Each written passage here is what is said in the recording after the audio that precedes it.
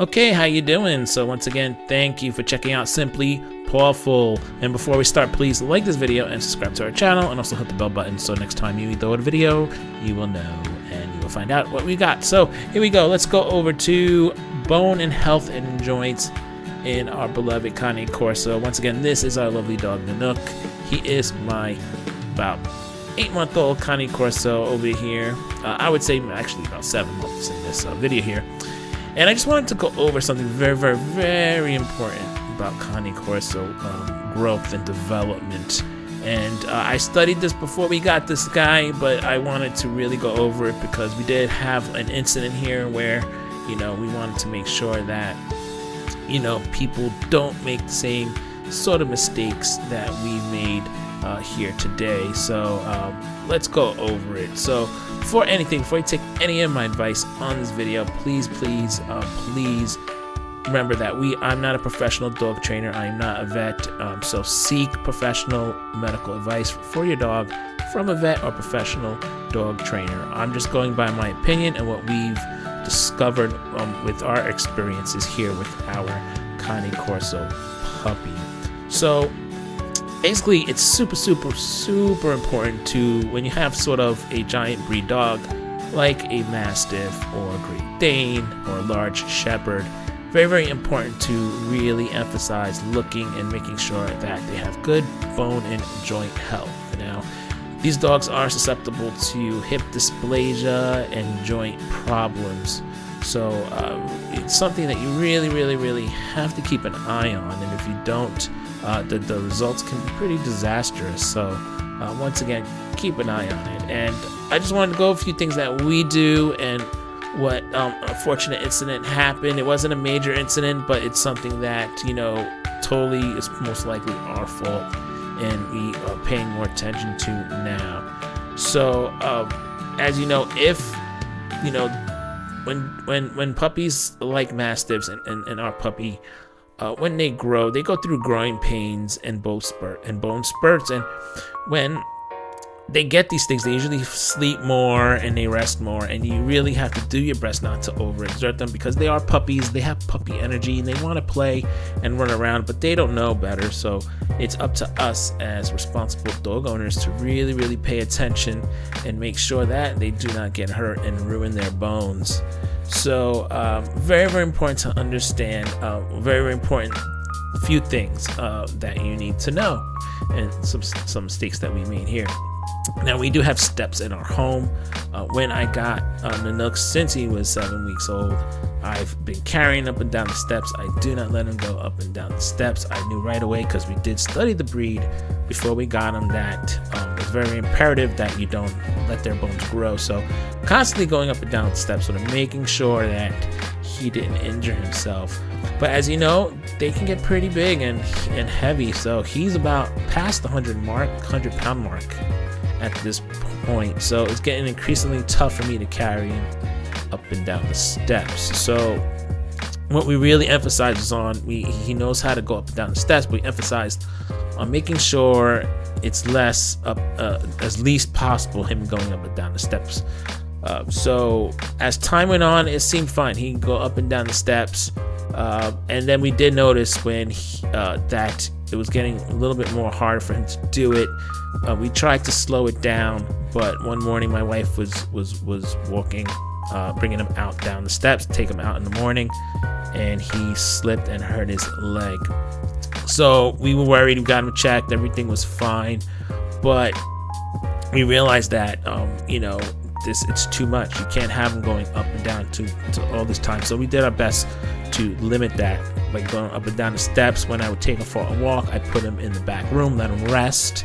I would take him halfway up the steps when we had to, when we really had to, and then let him take the time going up the steps, not rush up the steps.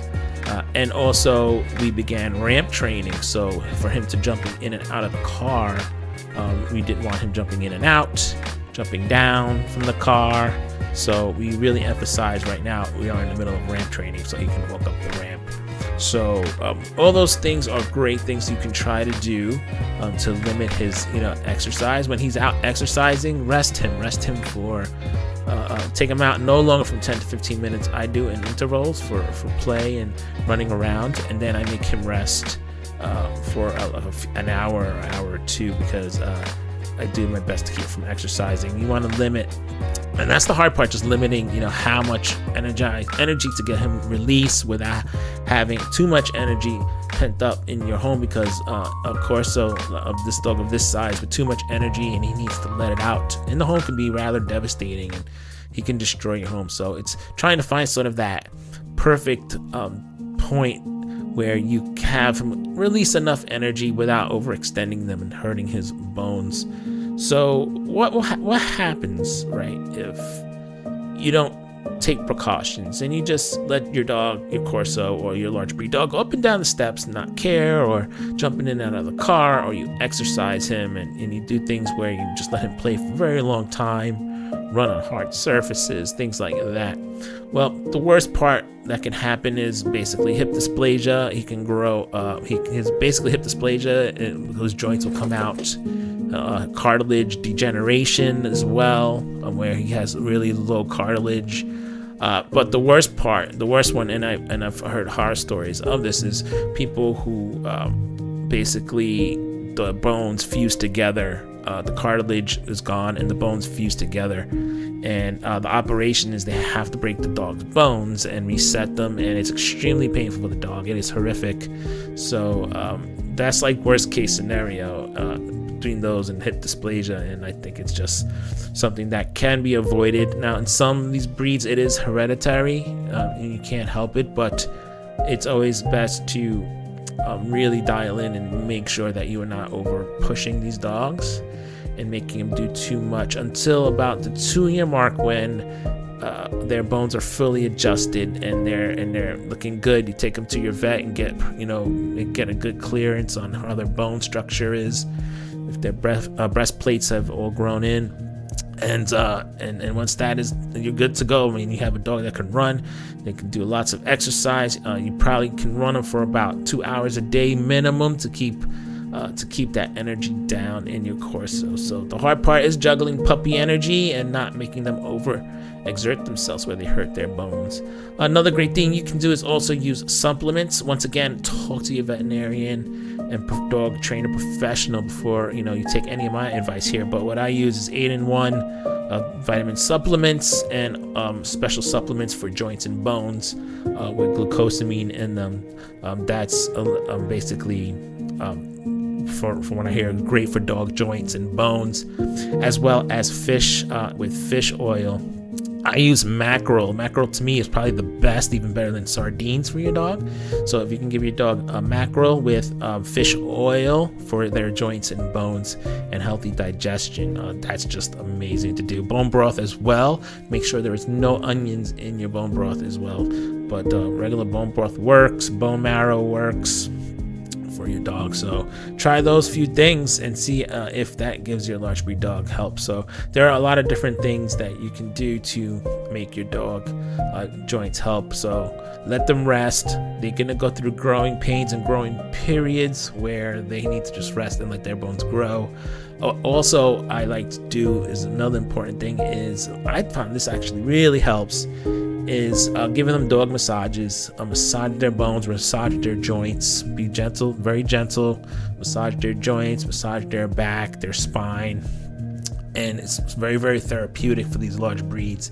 And I think it reduces injury or potential injury. So try those tips, and if you decide to ever get an extra large breed dog, but please talk with a vet, do your research, and consult a professional dog trainer before trying anything that I have said in this video. So once again, thank you very much. Please like this video if you found it informative. Also subscribe to the channel and help us get boosted here, as we are in desperate need of getting pushed up into the algorithm. YouTube likes to push us down if we're not getting enough views. So once again, thank you very much, and we love you, and have a great day. Go!